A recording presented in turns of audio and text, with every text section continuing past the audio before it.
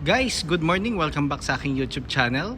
For today's video, check natin ang 2024 Honda Civic 1.5 RS Turbo CVT Meteoroid Gray. So ito yung top of the line variant ng ating Honda Civic. Ang kanyang price is 1,795,000 pesos. So tour ko na kayo ngayon sa ating featured unit for today. So guys, tour ko na kayo ngayon sa front portion ng ating Honda Civic RS. So, nakaano na tayo guys, LED headlights with daytime running lights, LED fog lamps, then matte black front grille, then meron tayong RS emblem dito sa front portion, then Honda emblem. Yan. Tapos meron tayong ano dito guys, front accent garnish. Yan. So, pakita ko lang uli yung ating front. Then regarding naman sa ating engine, naka 1.5 turbo tayo, CVT or 7-speed automatic, 178 horsepower, then 240 newton meters of torque, front wheel drive. Yan. So powerful ang engine natin, yet fuel efficient. So mararamdaman nyo yung power ng makina once na nasa expressway kayo. Kasi personally na try ko nang i-drive to. Grabe. Ang lakas ng ano niya, ng hatak. So dito naman tayo sa ano, sa gulong. So naka 18-inch alloy wheels tayo, matte black. Then ventilated discs ang ating brakes sa harap. Then MacPherson strut ang ating suspension sa front. Ayan. Ground clearance is 134 millimeters. Then sa sides naman, so door integrated ng ating side mirror. Then ano siya, cover siya ng glossy black. Then dito na yung side turning lights niya. Then meron siyang lane watch camera guys.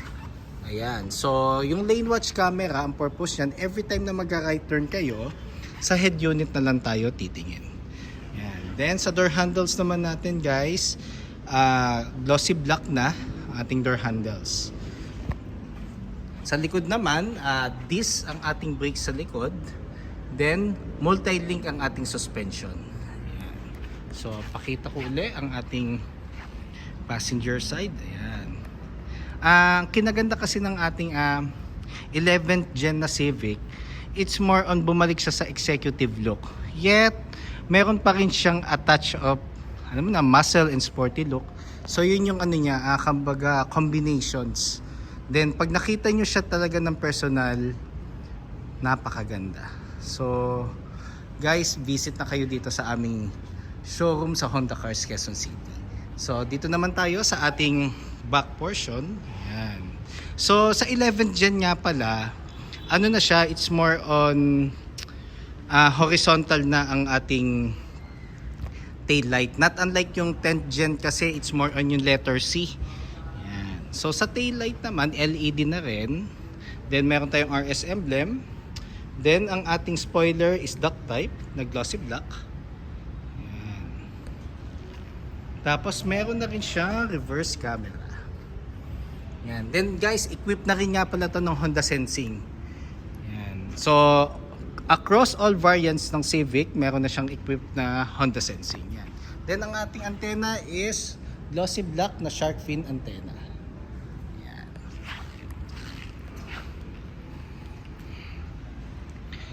Then meron na rin tayong dual muffler sa baba.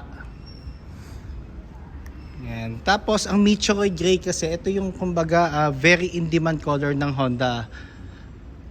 Most of our model units, ito talaga ang ino-order na kulay, yung Meteoroid Gray. Kasi nga it's more on elegant. Ayan. Then pag binuksan mo siya, pag pinop up mo yung compartment, fully opened na siya. Kasi normally half lang ang bukas. Ito, pag binuksan mo, fully open na siya. Ayan. Then, meron tayong 495 liters of cargo space. Ayan. Isa sa mga best assets ng Honda is yung compartment, kung gaano siya kaluwag. Ayan. Then, ito yung ating tool set. So, donut type. Then, ito yung ating tools. Then meron siyang latch guys, both sides. So pag pinul natin siya, mabababa natin yung sandalan sa likod. So pakita ko lang guys para at least meron kayong idea.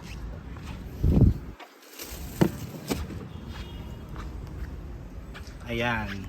So 60-40 ang division, same goes with the other side naman. So pag may mga long objects kayo, lalo na sa mga clients na mahilig mag-golf, ayan.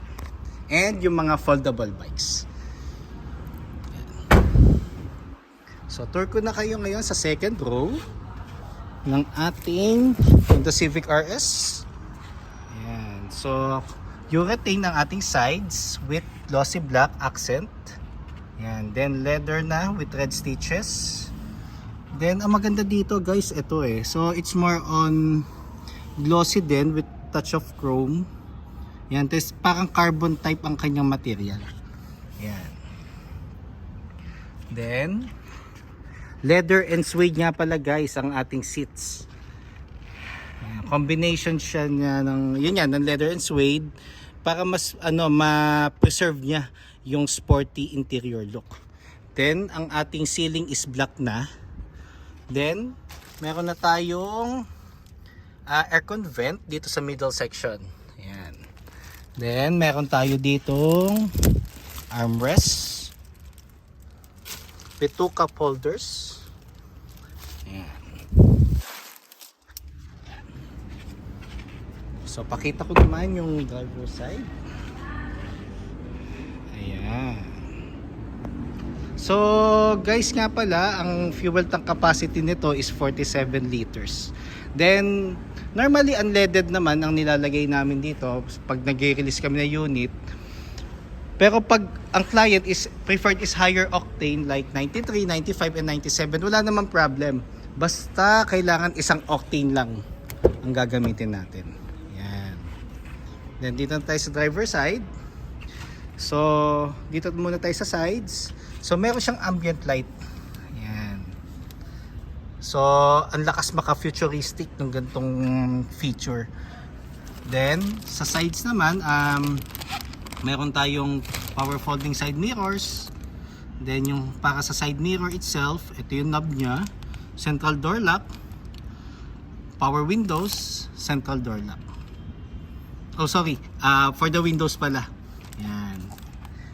Then meron na, and guys nga pala, pag hindi nyo alam ang tire pressure, normally dito tayo titingin. So lagi siya nasa driver side.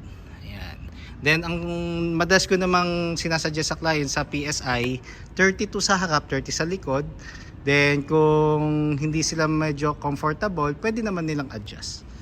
Ayan. So naka power seats na ang ating driver side.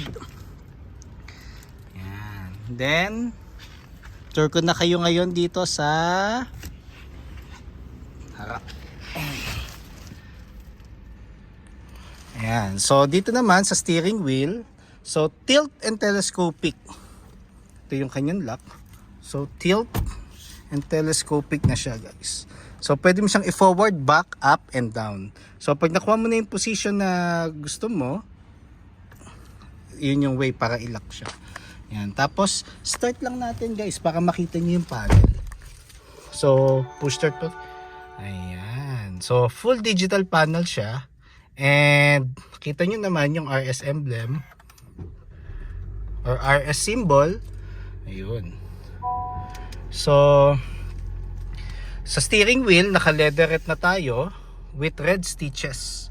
Ayan. Kung makikita nyo. Then, nakaano na tayo guys sa audio control. Then, meron na rin tayong buttons for the Honda Sensing. Ayan. Then, meron tayong 10.2 inch na digital panel. Ayan. Then, yung ating dashboard guys is combination ng glossy black and honeycomb pattern for the aircon buttons. Ayan. So mas siya, mas mukha talaga siyang, actually mukhang old school na futuristic ang ating dashboard. So ito yung design na si Civic pa lang ang unang nagkaroon. Then eventually si CR-V ganito na rin ang setup niya. Then meron tayong 9-inch touchscreen audio unit with Apple CarPlay and Android Auto ready. So guys, pag naka-Apple kayo, wireless na ang ating Apple CarPlay. The same time, ito yung aircon buttons niya. So guys, dual zone air conditioning ang ating air condition system. So ang passengers pwede niyang adjust yung temperature, and same goes with the other side. Ayan. Then ito yung kanyang fan. Then off. Ayan. Then dalawang USB ports for charging and for mirroring. Ayan. Power outlet. So pwede mo ilagay dyan yung dashcam or charger just in case na gusto mo mag-charge. Then meron na tayong wireless charger guys. Ayan. Dito sa ating middle section. Then dito naman sa center, ito yung transmission with leatherette and red stitches na cover. So same siya sa cover ng steering wheel or manubela. Then ito yung transmission niya, park, reverse, neutral, drive. So kung mapapansin nyo, walang S dito sa baba. Kasi meron na tayong drive mode dito. Yan. So pipili ka, so meron siyang tatlong klase, meron siyang normal. Yan. So pakita ko lang. So in-up ko siya. So yun, meron siyang sports, normal, and econ. Ayan. Tapos meron nga pala siyang paddle shifters. Ayan. So pero normally naman ang paddle shifters bihirang-bihirang gamitin dito sa bansa natin or sa Philippines. Even though sa mga nakakausap ko na mga may paddle shifters ang unit, hindi rin daw talaga nila masyadong nagagamit. Yun. Then meron tayong electronic park brake. So gagamitin lang natin to pag magpa-park tayo na matagal or i-off natin yung makina. Kasi ang magiging handbrake natin pag stop and go sa traffic is itong brake hold. Ayan. Tapos meron tayong 2 cup holders. Then ito yung ating smart key. So pag nag-turn over kami ng unit, daging dalawa. So ina-advise ko sa client, mas maganda alternate ang paggamit. Siguro every month or every 2 months palit ka ng smart key para at least hindi agad ma-drain yung battery nung extra smart key. Ayan. Tapos leather na guys ang ating armrest with red stitches and console box. Ayan. Tapos yung ambient light yan, kung makikita nyo ang ganda. Ayan. Pero pag in-off nyo yung headlights guys, nawawala yung ambient light. Pero pag in-on nyo siya, ayan. So yun yung pinaka catch sa ating ambient light sa sides. Then glove box guys, ito. Ayan. And then LED na rin nga pala guys ang ating map light and dome light. Ayan, LED na rin. So guys, for today, yun muna ang ating review for the Honda Civic RS.